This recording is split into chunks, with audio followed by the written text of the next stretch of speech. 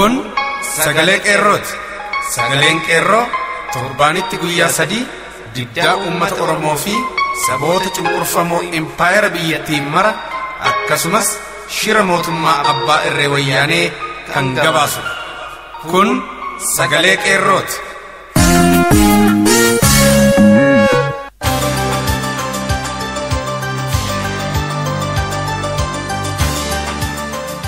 Muddee shan harkafuun akkam jirtan dhaggeeffattoota keenya kabajamuuf jaallatamu. Kun qophii sagalee qeerroo kallattiin Oromiyaa irraa tamsa'aa jirudha. Guyyaa har'aa keessummeessuun qophii waliin kan jiru aan Urjii Sabaati.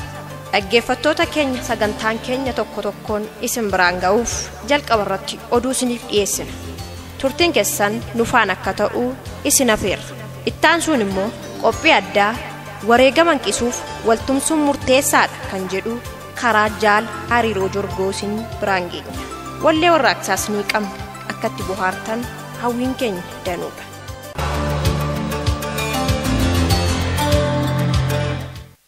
Hangafoota oduu. Kibba Oromiyaa keessaa waboon seeneera jettee sakatta'insi wayyaaneen gootee milkii dhabeera. Ayyaana sabaaf sablammii sababeeffachuun kaampiin waraanaa wayyaanee Asoosaatti dhaabbate. Filannoo dhufaa jiruuf dameen tikaa wayyaanee paartilee siyaasaa tokko tokko kaadhimachuuf yaalaa jirti. Godina Harargee Bahaa keessatti uummatni gibiraa fi vaattiin kaffallu jechuun fincilaa jiru. Qeellam Wallaggaa keessatti wayyaaneen barattoota pireparaatoorii dirqamaan miseensa ishee gochuuf yaaltus jalaa fashalaa'e.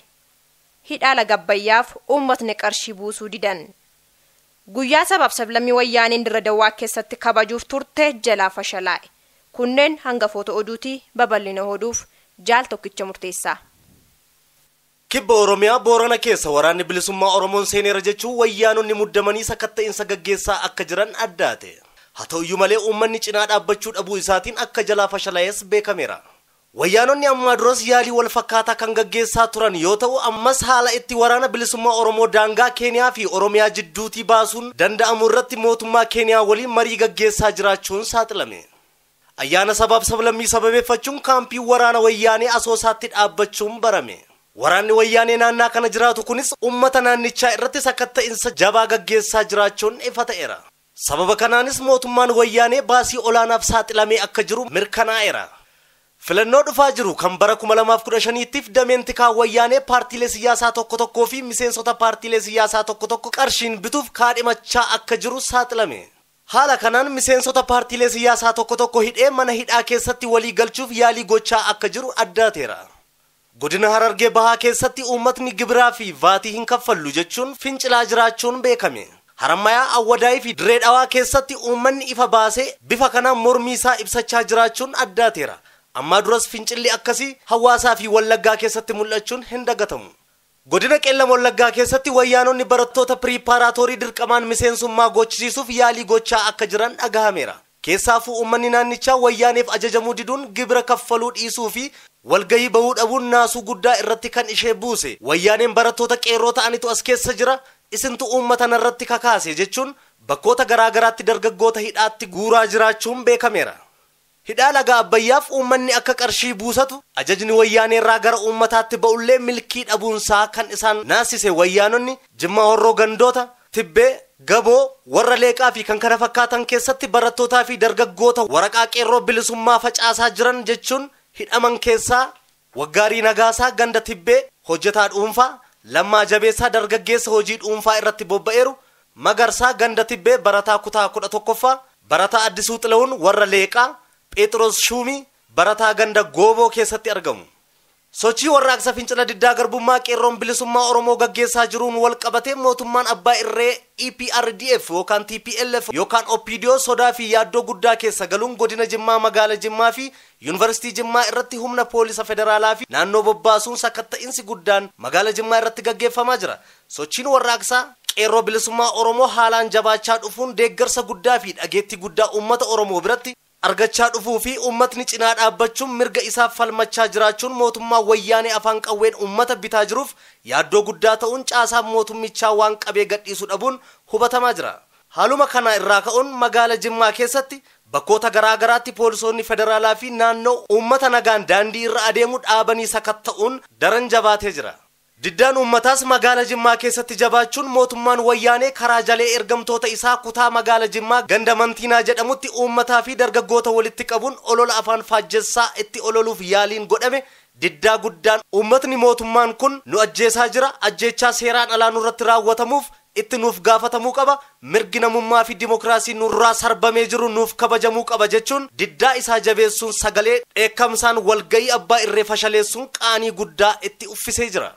Dargaggootnis walitti qabamuun mootummaan wayyaanee dhukaasee nu ajjeesaa jira, namootni nama ajjeesan seeratti dhiyaachuu qabu, nuti biyya mootummaan keessa hin jirre, biyya seerri keessa hin jirre keessa jirra, mirgi uummataa kabajamuu qaba jechuun sagalee mormii guddaa dhageessisuu isaaniitu ibsame. Uummatni Oromoo fi jiraattonni sabaaf sablammootni magaala Jimmaa keessa jiran sochiin qeerroon bilisummaa Oromoo biyyattii keessatti gaggeessaa jiru sochii sirna qabeessaa fi kan bilisummaa uummata Oromoo mirkaneessuu fi nagaa fi tasgabbii biyyattiif fidu waan ta'eef waan dandeenyu maraan deeggarsa keenya qeerroof ni gumaachina jechuun uummatni qeerroo cinaa dhaabbatee mirga isaaf falmachuuf qophii ta'uu hubachiisaa jira. Sirna wayyaaneef bitamaa akka hin jirres sagalee mormii dhageessisuun mirkaneessaa jira. Kana malees mooraan yuunivarsiitii Jimmaa humnoota poolisii federaalaa fi humnoota tikaa wayyaaneen eegamaa jirti. Goototni dargaggootni qeerroon barattoonni Oromoo yuunivarsiitii Jimmaa eegichi humna waraanaa fi basaasaa nurratti heddummachuun daqiiqaa muraasaaf illee sochii warraaqsaa fincila diddaa garbummaa gufachiisuu kan hin dandeenye ta'uu ibsuun sochii uummatni qeerroo cinaa dhaabbachuuf qophii itti jirutti illee hedduu kan itti gammadan ta'uun ibsameera. Goototni barattoonni Oromoo yuunivarsiitii Dirree Dawaa guyyaa ayyaana sabaaf sablammootaan oksaan mootummaan wayyaanee mooraa yuunivarsiitii Dirree Dawaa keessatti gaggeessaa jirtu irratti dammaquun wallee warraaqsaa fi sagalee dhaadannoo dheekkamsaan guute dhageessisuun balaaleffatan. Barattoonni mooraa yuunivarsiitii Dirree Dawaa dhuunfachuun walleewwan warraaqsaa adda bilisummaa Oromoo faarsuu fi qabsoo bilisummaa Oromoo leellisuun lafa sochoosan. Mootummaan abbaa irree wayyaanee utuu guyyaa saafaa uummata Oromoo irratti dhukaasa banee duguginsa sanyii gaggeessaa jiru, utuu sabaa fi sablammoota biyyattii walitti buusuun dhiiga wal dhangalaasisaa jiru, utuu saboota cunqurfamoo akka uummata Oromoo hedduu mirga namummaa fi dimokiraasii irraa molquun darara guutummaa biyyattii irratti diriirse afaan qawwee uummata bitaa jiru, guyyaa sabaa fi sablammootaan kabaja jechuun dhaadachuun nu sobuu hin danda'an. Mootummaan wayyaanee yakkamaan yakka uummata Oromoo fi lammiilee cunqurfamoo ollaa keenya irratti raawwatuuf seeratti dhiyaatee gaafatamuu qaba jechuun sagalee diddaa dhageessisan. Mootummaan wayyaanees qeerroon barattoonni Oromoo narratti fincilu jedhee yaadda'uun waan godhu dhabee otuu barattoonni hin beekin mooraalee yuunivarsiitii hoomaa waraanaan eegsisaa ayyaana sabaa fi sablammootaa jedhu dhoksaatti mooraa yuunivarsiitii Dirree Dawaa keessatti kabajaa jiraachuun beekameera. Goototni qeerroon barattoonni Oromoo irratti dammaquun walleewwan warraaqsaa irratti kaachisuun wayyaanee dibbee sobaa reebaa jirtu afaan qabsiisuun adda bilisummaa Oromoon kallacha uummata Oromooti. Addi bilisummaa Oromoo abdii uummata Oromoo fi gaachana uummata Oromooti. Sagalee warraaqsa guddaa wallee warraaqsa adda bilisummaa Oromoo fi qabsoo bilisummaa Oromoo leellisu dhageessisuun mootummaa wayyaanee dura dhaabbachuun naasisaniiru. Mootummaan wayyaanee hoomaa waraanaa heddummina qabu bobbaasee sochii dargaggoota kanaa dhaabsisuuf yaalii guddaa godhus dargaggoonni qeerroon barattoonni Oromoo sodaa tokko malee sagalee warraaqsaa walirraa hin citne itti fufuun dhageessisan. Oduun keenya har'aa kanumaa qophiilee afaan waliin turtii gaarii.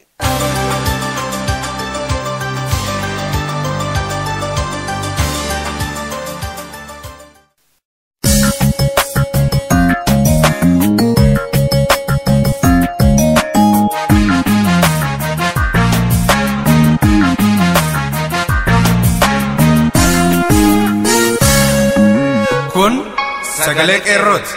Sagaleen qeerroo torbaanitti guyyaa 3 diddaa uummata Oromoo fi saboota cunqurfamoo impaayera biyyattiin mara akkasumas shira mootummaa abbaa irree wayyaanee kan gabaasu. Kun sagalee qeerrooti.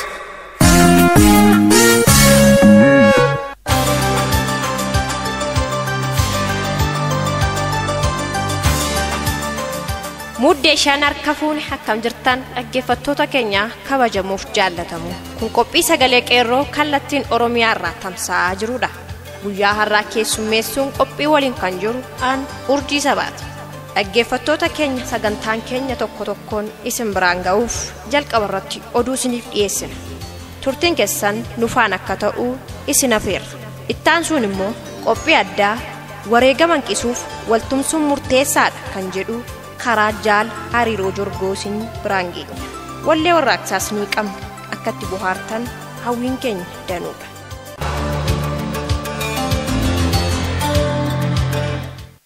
Hangafoota oduu. Kibba Oromiyaa keessaa waboon seeneera jettee sakatta'insi wayyaaneen goote milkii dhabeera. Ayyaana sabaaf sablammii sababeeffachuun kaampii waraanaa wayyaanee Asoosaatti dhaabbate.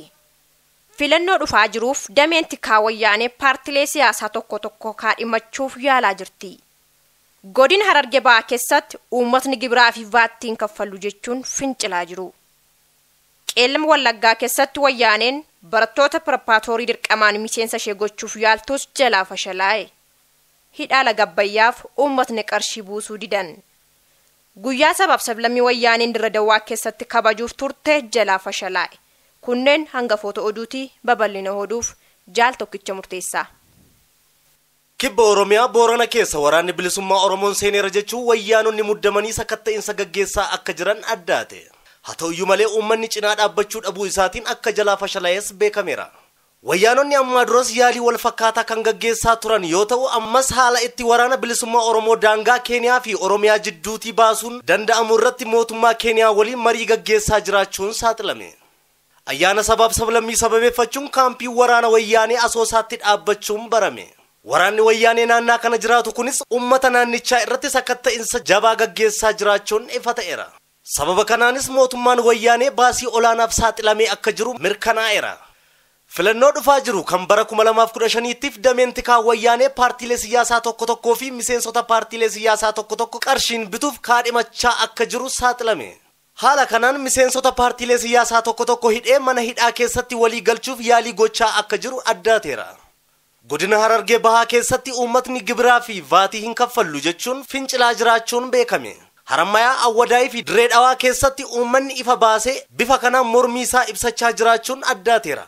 Amma duras fincilli akkasii hawaasaa fi Wallaggaa keessatti mul'achuun hin dagatamu. Godina Qeellam Wallaggaa keessatti wayyaanonni barattoota piriiparaatoorii dirqamaan miseensummaa gochisiisuuf yaalii gochaa akka jiran dhagahameera. Keessaafuu uummanni naannichaa wayyaaneef ajajamuu diduun gibira kaffaluu dhiisuu fi walgahii bahuu dhabuun naasuu guddaa irratti kan ishee buuse. Wayyaaneen barattoota qeerroo ta'anitu as keessa jira. Isintu uummata narratti kakaase jechuun bakkoota garaagaraatti dargaggoota hidhaatti guuraa jiraachuun beekameera. Hidhaa Laga Abbayyaaf uummanni akka qarshii buusatu ajajni wayyaanee irraa gara uummataatti ba'ullee milkii dhabuunsaa kan isaan naasise wayyaanonni Jimmaa Horroo Gandoota, Tibbee, Gaboo, warra Leeqaa fi kan kana fakkaatan keessatti barattootaa fi dargaggoota waraqaa qeerroo bilisummaa facaasaa jiran jechuun hidhaman keessaa Waggaarii Nagaasaa ganda Tibbee hojjetaa dhuunfaa, Lammaa Jabeessaa dargaggeessa hojii dhuunfaa irratti bobba'eeru, Magarsaa ganda Tibbee barataa kutaa 11ffaa, barataa Addisuu Xilawun warra Leeqaa, Phexros Shumii barataa ganda Gooboo keessatti argamu. Sochii warraaqsa fincila diddaa garbummaa qeerroon bilisummaa Oromoo gaggeessaa jiruun wal qabatee mootummaan abbaa irree EPRDF yookaan TPLF yookaan OPDO sodaa fi yaaddoo guddaa keessa galuun godina Jimmaa magaala Jimmaa fi Yuunivarsiitii Jimmaa irratti humna poolisa federaalaa fi naannoo bobbaasuun sakatta'insi guddaan magaala Jimmaa irratti gaggeeffamaa jira. Sochiin warraaqsaa qeerroo bilisummaa Oromoo haalaan jabaachaa dhufuun deeggarsa guddaa fi dhageettii guddaa uummata Oromoo biratti argachaa dhufuu fi uummatni cinaa dhaabbachuun mirga isaaf falmachaa jiraachuun mootummaa wayyaanee afaan qawween uummata bitaa jiruuf yaaddoo guddaa ta'uun caasaan mootummichaa waan qabee gadhiisuu dhabuun hubatamaa jira. Haaluma kana irraa ka'uun magaala Jimmaa keessatti bakkoota garaagaraatti poolisoonni federaalaa fi naannoo uummata nagaan daandii irra adeemu dhaabanii sakatta'uun daran jabaatee jira. Diddaan uummataas magaala Jimmaa keessatti jabaachuun mootummaan wayyaanee karaa jalee ergamtoota isaa kutaa magaala Jimmaa ganda Mantiinaa jedhamutti uummataa fi dargaggoota walitti qabuun olola afaan faajjessaa itti ololuuf yaaliin godhame diddaa guddaan uummatni mootummaan kun nu ajjeesaa jira, ajjeechaa seeraan alaa nurratti raawwatamuuf itti nuuf gaafatamuu qaba, mirgi namummaa fi dimokiraasii nurraa sarbamee jiru nuuf kabajamuu qaba jechuun diddaa isaa jabeessuun sagalee dheekkamsaan walgahii abbaa irree fashaleessuun qaanii guddaa itti uffisee jira. Dargaggootnis walitti qabamuun mootummaan wayyaanee dhukaasee nu ajjeesaa jira, namootni nama ajjeesan seeratti dhiyaachuu qabu, nuti biyya mootummaan keessa hin jirre, biyya seerri keessa hin jirre keessa jirra, mirgi uummataa kabajamuu qaba jechuun sagalee mormii guddaa dhageessisuu isaaniitu ibsame. Uummatni Oromoo fi jiraattonni sabaaf sablammootni magaala Jimmaa keessa jiran sochiin qeerroon bilisummaa Oromoo biyyattii keessatti gaggeessaa jiru sochii sirna qabeessaa fi kan bilisummaa uummata Oromoo mirkaneessuu fi nagaa fi tasgabbii biyyattiif fidu waan ta'eef waan dandeenyu maraan deeggarsa keenya qeerroof ni gumaachina jechuun ummatni qeerroo cinaa dhaabbatee mirga isaaf falmachuuf qophii ta'uu hubachiisaa jira. Sirna wayyaaneef bitamaa akka hin jirres sagalee mormii dhageessisuun mirkaneessaa jira. Kana malees mooraan yuunivarsiitii Jimmaa humnoota poolisii federaalaa fi humnoota tikaa wayyaaneen eegamaa jirti. Goototni dargaggootni qeerroon barattoonni Oromoo yuunivarsiitii Jimmaa eegichi humna waraanaa fi basaasaa nurratti heddummachuun daqiiqaa muraasaaf illee sochii warraaqsaa fincila diddaa garbummaa gufachiisuu kan hin dandeenye ta'uu ibsuun sochii uummatni qeerroo cinaa dhaabbachuuf qophii itti jirutti illee hedduu kan itti gammadan ta'uun ibsameera. Goototni barattoonni Oromoo yuunivarsiitii Dirree Dawaa guyyaa ayyaana sabab sablammootaan oksaan mootummaan wayyaanee mooraa yuunivarsiitii Dirree Dawaa keessatti gaggeessaa jirtu irratti dammaquun wallee warraaqsaa fi sagalee dhaadannoo dheekkamsaan guute dhageessisuun balaaleffatan. Barattoonni mooraa yuunivarsiitii Dirree Dawaa dhuunfachuun walleewwan warraaqsaa adda bilisummaa Oromoo faarsuu fi qabsoo bilisummaa Oromoo leellisuun lafa sochoosan. Mootummaan abbaa irree wayyaanee utuu guyyaa saafaa uummata Oromoo irratti dhukaasa banee duguuginsa sanyii gaggeessaa jiru, utuu sabaa fi sablammoota biyyattii walitti buusuun dhiiga wal dhangalaasisaa jiru, utuu saboota cunqurfamoo akka uummata Oromoo hedduu mirga namummaa fi dimokiraasii irraa molquun darara guutummaa biyyattii irratti diriirse afaan qawwee uummata bitaa jiru, guyyaa sabaa fi sablammootaan kabaja jechuun dhaadachuun nu sobuu hin danda'an. Mootummaan wayyaanee yakkaman yakka uummata Oromoo fi lammiilee cunqurfamoo ollaa keenya irratti raawwatuuf seeratti dhiyaatee gaafatamuu qaba jechuun sagalee diddaa dhageessisan. Mootummaan wayyaanees qeerroon barattoonni Oromoo narratti fincilu jedhee yaadda'uun waan godhu dhabee otuu barattoonni hin beekin mooraalee yuunivarsiitii hoomaa waraanaan eegsisaa ayyaana sabaa fi sablammootaa jedhu dhoksaatti mooraa yuunivarsiitii Dirree Dawaa keessatti kabajaa jiraachuun beekameera. Goototni qeerroon barattoonni Oromoo irratti dammaquun walleewwan warraaqsaa irratti kaachisuun wayyaanee dibbee sobaa reebaa jirtu afaan qabsiisuun adda bilisummaa Oromoon kallacha uummata Oromooti. Adda bilisummaa Oromoo abdii uummata Oromoo fi gaachana uummata Oromooti. Sagalee warraaqsa guddaa wallee warraaqsa adda bilisummaa Oromoo fi qabsoo bilisummaa Oromoo leellisu dhageessisuun mootummaa wayyaanee dura dhaabbachuun naasisaniiru. Mootummaan wayyaanee hoomaa waraanaa heddummina qabu bobbaasee sochii dargaggoota kanaa dhaabsisuuf yaalii guddaa godhus dargaggoonni qeerroon barattoonni Oromoo sodaa tokko malee sagalee warraaqsaa walirraa hin citne itti fufuun dhageessisan. Oduun keenya har'aa kanuma. Qophiilee afaan waliin turtii gaarii.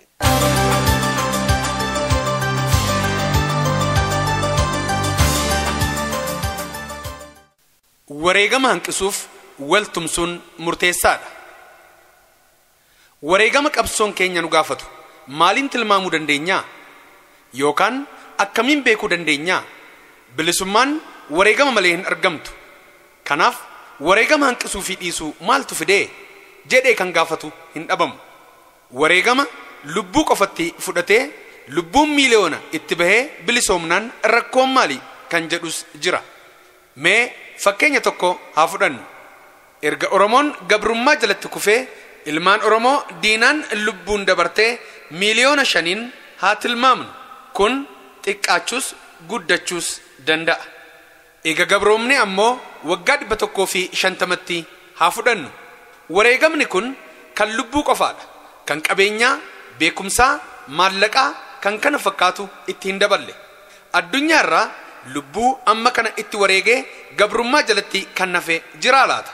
Wareegama hanganaa tooftaa ittiin bilisoomuuf lafa kaawwannee raawwachiisuu keessatti baafne jennamoo diinumatu nu cabsuuf nu fixeedhaan biratarraa. Wareegama hanga har'aatti baasaa jirrutti milkaa'uu maaliif dhabne? Maaliif wareegama baasaa hafnaa? Gootota keenya seenaan isaan yaadata jennee yeroo maraa kaafnuuf maaf gumaa bahuu dadhabne? Wareegama lammiilee keenya boqannaa namaaf hin laanne keessa ciifne kan warra kaanii maaliif dinqisifachuu qofatti hafne? Har'as wareegama qaalii tarii kan hanga har'aa irra ulfaataa baasuuf teenyamoo sadarkaa amma irra jirruun injifannoo keenya goonfachuuf wareegama guddaa kan hanqisuuf wal tumsuun ala furmaata hin qabnu jennee irree waliif ta'utti qajeellaa. Kanarraa kaanee gaaffileen of gaafachuu qabnu danuudha. Diinatti furga'uuf ka'umsi kee toluu qaba. Waan keessa keetii si harkisu odoo jiruu diinatti tarkaanfachuun hin danda'amu. Yaadaa fi garaan odoo wal bira hin jiraatiin diinatti bobba'uu miti waliin deemuunuu rakkoodha. Sagaleen keenya osoo waliin tumsiin iyya ofii addunyaa gurra ishee beekaa duuchattee jirtu dhageessisuu yaaluun waan yaadamu miti. Sochii fincila diddaa gabrummaa bara 2014 biyya keessaa fi alatti taasifame akka fakkeenyaatti fudhachuun ni danda'ama. Waltumsuu dhabuu keenya irraa diinni itti fayyadamaa hin jiru. Waltumsuu dhabuu keenya irraa wareegamni keenya guyyuu dabalaa hin jiru. Tokkoomnee yaadaa fi sochii keenya gara diinaatti luuccessuu dhabuu keenyaan diinni fayyadamaa hin jiru. Wareegama waa hundaa'oo kaffalaa hin jirru. Dhalli Oromoo sadarkaa dhuunfaa kaasee waan irraa eegamu raawwachuu dhabuurraa yookaan tokko isa tokko taa'ee ilaaluurraa wareegama kaffalaa hin jirru. Rakkina keenya kana furachuuf yoo waltumsinee sochoonee wareegama baafnu hanqisuu hin dandeenyu. Humna taanee diinatti ba'uu keenyaan diinni miidhamee nu dura dhaabbachuu dhabuu jechuun wareegama bara baraan kaffallu ofirraa dhaabuu jechuu miti. Akeekni barreeffama kana hubachiisuudha. Hundumtuu kan hawwu garuu hawwii qofaan kan hin argamne hawwii keenya kana dhugoomsuu fi waan garaa keessaa qabnu milkeessuuf hawwiin dhama'aa jiraachuu keessaa baanee hojiin mul'achuuf yeroon nu gaafataa jiraachuu beekuu qabna. Yeroon kun dogoggora kaleessaa irraa deebinee yeroo kanatti yoo dantaa keenyaaf hin oolchiin tarii wareegamni nuti baafnu dachaan dabalee Oromoon hundi wareegamellee bilisummaa dhabuu akka dandeenyudha. Kana hanqisuuf hojjennaan kan lubbuun hafu bilisummaan akka jiraachuu danda'utti amanuun barbaachisaadha. Wareegama hanqisuuf waltumsuun murteessaadha. Wareegama hanqisuuf waltumsuun murteessaadha wayita jennu waltumsuu dhabuu irraa wareegama dabalataa baasaa jirra. Waltumsinee diinatti bobba'uu hanqachuu keenyarraa gabrummaa lubbuu dheeressaa jirra. Jireenya hiraariin guutame carraa keenya taasifataa jirra. Lammii keenya harxee fi sarxeen akka barbaadde itti taphataa akka jiraattu hayyamaa jirra. Saamicha diinaan qabeenyaa keenya dhaloota itti aanullee dhabaa jirra. Waliigalatti wareegama waamaraa dheeressaa fi dabalaa jiraachuu keenya beekuun dansaadha. Waltumsuun eenyuun ilaallataa? Uummata gabroome tokko adda baasee akka waltumsan taasifama. Dhaabbilee siyaasaa uummata gabroome qofaa ilaallataa? Beektotaa fi ogeessota uummatichi qabu ilaallataa? Qeerroo qofa ilaallataa? Hojjetaa fi qaamni hawaasaa biroo ijoollee gaaffii uummataaf dhumaa jirtu callisanii akka ilaalaniif kan hayyamudha. Gaaffilee kanaa fi kan kana fakkaatan of gaafachuun wal gaafachuun hin hafu. Garuu uummata gabrummaa jala jiruuf tumsi daangaan qabu. Tumsi yeroon nu gaafattu ilmaan Oromoo biyya keessaa fi ala jiru sagalee tokkoon akka waliif birmatu dhimma Oromoo ajandaa addunyaa taasifachuuf bakka jirru hojjechuu fi iyyachuuf wal deeggaruu humna waliif ta'uu miidhaa uummata keenya irra gahaa jiru addunyaatti caalaatti dhageessisuu danda'uudha. Qabsoo ofii jiraachuu keessaa bahuu qabna. Hojiileen bara 2014 kana nu akeekan. Addatti qabsoon uummata kanaa ilmaan isaa akka sibiilaa waa hundaa dandamatanii asiin gahanii jiru. Yeroo kanatti immoo kan yeroo kamirraayyuu caalaa tumsa uummata isaanii dhageessisuu dhugeessuuf hojjechaa jiraachuun haqa. Ilmaan Oromoo bakka jiran maraa dhimma Oromoo irratti waliin dhaabbachuun bu'aa argamsiisaa jiraachuun uummataaf hamlee tahaa dhufeera. Kanaaf tumsa walii galaa fardeessuun wareegama hanqisuuf yeroo mijataa irra jiraachuu keenya hubachuun halkanii fi guyyaa nuffii tokko malee akka irratti hojjechuu qabnu waan addunyaa irratti argaa jirrurraa barachuu qabna. Namoonni hawwii qofaan jiraatan daandiin qabsoo dheerachuu hadheeffatanii dubbatu. Namoonni yaada akkasii qaban deebisanii dhaadannoo bilisummaan wareegama malee hin argamtu jedhanii harka ol kaasu. Yaadonni kunneen hedduu walirraa fagoo jiru. Walii isaaniifillee gufuudha. Hawwiin hojiidhaan hin deeggaramin, hawwiin wareegamaan hin utubamin midhaanuma abjuuti. Kaayyoo saba tokkoo milkeessuu miti jireenyi maatii yookaan dhuunfaayyuu wareegama waa hundaa gaafata. Kana milkeessuuf lubbuu itti dhabuun ni jirti. Yoo tattaafatan beekumsa qabaniin, dandeettii qabaniin, qabeenyaa qabaniin kan kana fakkaatuun yoo hundumtuu bakka jiru tattaafate hawwiin waliigalaa sun ni dhugoomti. Kan har'a gaafatamaa jirrus kanadha. Sadarkaa har'a irra jirru irraa kaanee maal gochuu akka qabnu wal akeekuun rakkisaa hin ta'u. Waltumsuun keenya diina irratti kan hundaa'ee taasisuun garuu murteessaadha. Qaama hawaasa Oromoo kamuu hammachuu waan danda'uuf sadarkaa amma irra jirru yoo hubannee ta'e yeroo Oromoon mana isaa cufatee hojjechuu yeroo itti danda'udha.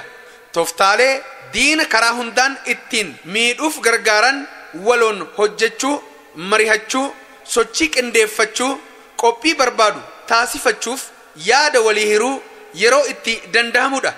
Sababaan waan keessa dabarre caalaa waan irraa barannu hin qabnu waan ta'eef. Abaa'oon abdii uummata Oromooti.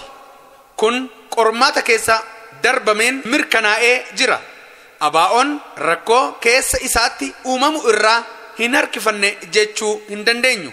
Maqaa goototaan kakatee karoora waggaa 5-10 isaa olii walii baasee yookaan mari'atee ka'ee bakka jaallan isaa jiran eessaan ba'anii eessaan akka seenan waan jaallan isaa waliin mari'ate akka jirutti dhaqee diinatti kan nu caalaa kan duubatti nama harkisu hin jiru.